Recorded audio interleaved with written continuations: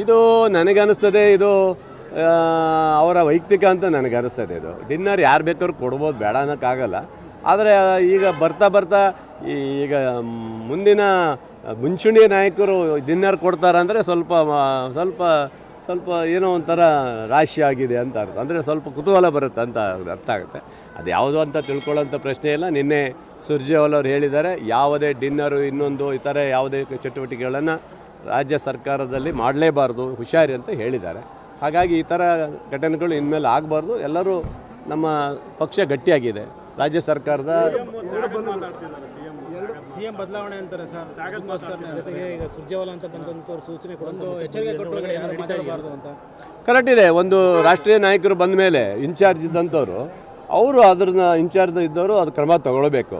ಯಾಕಂದರೆ ಸಣ್ಣ ಪುಟ್ಟ ವ್ಯತ್ಯಾಸ ಆದಾಗ ಏನಾಗುತ್ತೆ, ಅದು ಗೊಂದಲ ಆಗಬಾರ್ದು. ಇಡೀ ರಾಜ್ಯ ಸರ್ಕಾರ ಮುಖ್ಯಮಂತ್ರಿಗಳು ಒಳ್ಳೆ ಕೆಲಸ ಮಾಡ್ಕೊಂಡು ಹೋಗ್ತಿರ್ಬೇಕಾದ್ರೆ 140 ಜನ ಹತ್ತತ್ರ ನಾವು MLA ಇರಬೇಕಾದ್ರೆ ಇನ್ನೂ ನೀವು ಗೊಂದಲ ಮಾಡ್ಕೊಳ್ತಿದ್ದೀರಿ, ಇನ್ನೂ ಅಧಿಕಾರದಲ್ಲಿ ಇದು ಮಾಡ್ತೀರಿ ಅನ್ನೋದು ತಪ್ಪು ಸಂದೇಶ ಆಗುತ್ತೆ. ನಾವು ಹೇಳೋದು ಅಷ್ಟೇ, ಯಾವುದೇ ಗೊಂದಲ ಆಗಬಾರ್ದು. ಮುಖ್ಯಮಂತ್ರಿಗಳು ಹೇಳಿದ್ದಾರೆ, ತ್ಯಾಗ ಮಾಡಬೇಕಾದ್ರೆ ನಾನು ಮಾಡ್ತೀನಪ್ಪ ಅಂತಲೂ ಹೇಳಿದ್ದಾರೆ. ತ್ಯಾಗ ಮಾಡುವಂಥ ಸಂದರ್ಭ ಬಂದಾಗ ಮಾಡ್ತಾಯಿದ್ದೀನಿ ಅಂತಲೂ ಹೇಳಿದ್ದಾರೆ.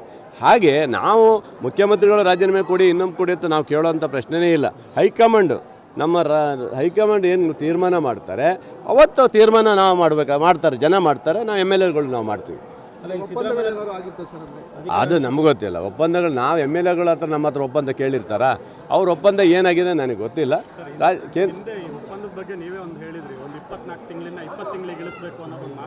ಅದು ನಾನು ಹೇಳಿದ್ದು, ನನ್ನ ವೈಯಕ್ತಿಕ ಹೇಳಿದ್ದು. ಸಾಕು 20 ತಿಂಗಳ ಕೊಡ್ರಿ, ಎಲ್ಲರೂ ಮಂತ್ರಿ ಆಗ್ತಾರೆ, ಯಾಕೆ ಗೊಂದಲ ಬರಲ್ಲ ಅಂತ ಆವಾಗ ಹೇಳಿದ್ದೆ ನಾನು ಅಷ್ಟೇ. ಅದು ನನ್ನ ವೈಯಕ್ತಿಕ, ಅಲ್ಲಿ ಒಪ್ಪಂದ ಆಗಿತ್ತು ನನಗೆ ಗೊತ್ತಿಲ್ಲ. ಅದು ನಿನ್ನೆ ಕೂಡ ಜಾರಕಿಹೊಳಿ ಆಗಿರ್ಬೋದು, ಪರಮೇಶ್ವರ್ ಮುಗಿದಿಲ್ಲ ಅಂತ. ಯಾವ ಅಸಮಾಧಾನ ಇಲ್ಲ ಸರ್, ಅಸಮಾಧಾನ ಅಂತ ಪ್ರಶ್ನೆನೇ ಇಲ್ಲ. ಹೈಕಮಾಂಡ್ ತೀರ್ಮಾನ ಅಂತಿಮ ತೀರ್ಮಾನ. ಇಲ್ಲಿ ಯಾರು ಹೈಕಮಾಂಡ್ ಅಲ್ಲ, ನಮ್ಮ ರಾಜ್ಯ ಸರ್ಕಾರ ಇವತ್ತು ಯಾವುದೇ ಸಮಸ್ಯೆಲ್ಲ ನಡಿಬೇಕಾದ್ರೆ ನಮ್ಮ ಪಕ್ಷದಲ್ಲಿ ಗಟ್ಟಿ ಇರಬೇಕಷ್ಟೇ ಅಲ್ವಾ. BJPಯ ಇವತ್ತು ಅವ್ರದ್ದು ಹರಿದು ಹಂಚಿ ಹೋಗ್ಯಾರ ಅವರೆಲ್ಲ ಈಗ ಗೊತ್ತಿದೆ ನಿಮಗೆ.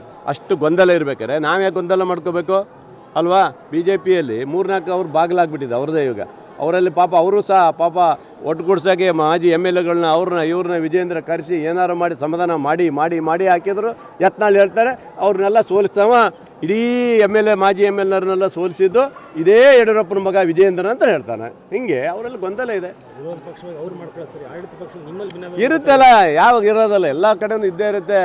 ಈಗ ಜಾಸ್ತಿ ಮೆಜಾರಿಟಿ ಬಂದಾಗ ಹಿಂಗೆ ಗೊಂದಲ ಆಗೋದು.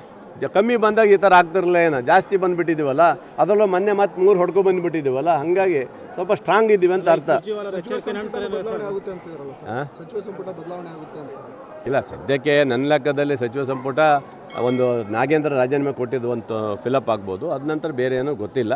ಬಟ್ ಸಂಕ್ರಾಂತಿ ನಂತರ ಒಂದು 2-3 ಜನರು ಆಗ್ಬೋದು, ಚೇಂಜ್ ಆಗುತ್ತೆ ಅಂತ ಹೇಳಿದ್ದಾರೆ.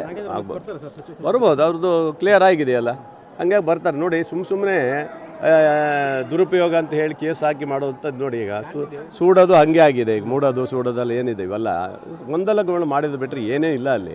ಆ ಥರ ನಾಗೇಂದ್ರ ಅವರು ಇವತ್ತು ಅವರು ಏನು ಇದರಲ್ಲಿ ಆರೋಪ ಮುಕ್ತಾಗಿ ಬಂದಿದ್ದಾರೆ. ಬಹುಶಃ ಅವ್ರಿಗೆ ಕೊಡೋದು ಒಳ್ಳೆಯದು. ಒಳ್ಳೆ ಜನ ಇದ್ದಾರೆ, ಅವ್ರು ಕೊಡೋದು ಒಳ್ಳೆಯದು. ಎಲ್ಲ ಗಪ್ಚಿಪ್, ಯಾವುದೇ ಮಾತಾಡೋ ಪ್ರಶ್ನೆ ಇಲ್ಲ. ಎಲ್ಲ ಗಪ್ಚಿಪ್ ಹಾಕಿ ಕೂತಿದೆ ಅಷ್ಟೇ. Thank you. ಹಾಂ, ಯಾರ್ದು? ಅದು ಅವ್ರ ವೈಯಕ್ತಿಕ ಸರ್. ಅದು ಆ ಜಿಲ್ಲೆಯಲ್ಲಿ ಇರುವಂಥ ವೈಯಕ್ತಿಕ ಅಭಿಪ್ರಾಯ ಇದು. ಅದಕ್ಕೆ ನಮಗೆ ಸಂಬಂಧ ಇಲ್ಲ, ಪಕ್ಷಕ್ಕೂ ನಮಗೆ ಸಂಬಂಧ ಇಲ್ಲ. ನಮ್ಮ ರಾಜ್ಯ ಸರ್ಕಾರ ಗಟ್ಟಿ ಇದೆ, ಯಾವುದೇ ಗೊಂದಲ ಇಲ್ಲ. ನಿನ್ನೆ ಬಂದಂಥ ಎಲ್ಲ ಸಭೆಯನ್ನು ಯಶಸ್ವಿಯಾಗಿದೆ. ಸುರ್ಜೇವಾಲರು ಚೆನ್ನಾಗಿ ಮಾಡಿದ್ದಾರೆ, ಗೊಂದಲನ ತೆರೆ ಎಳೆದಿದ್ದಾರೆ. Thank you very much.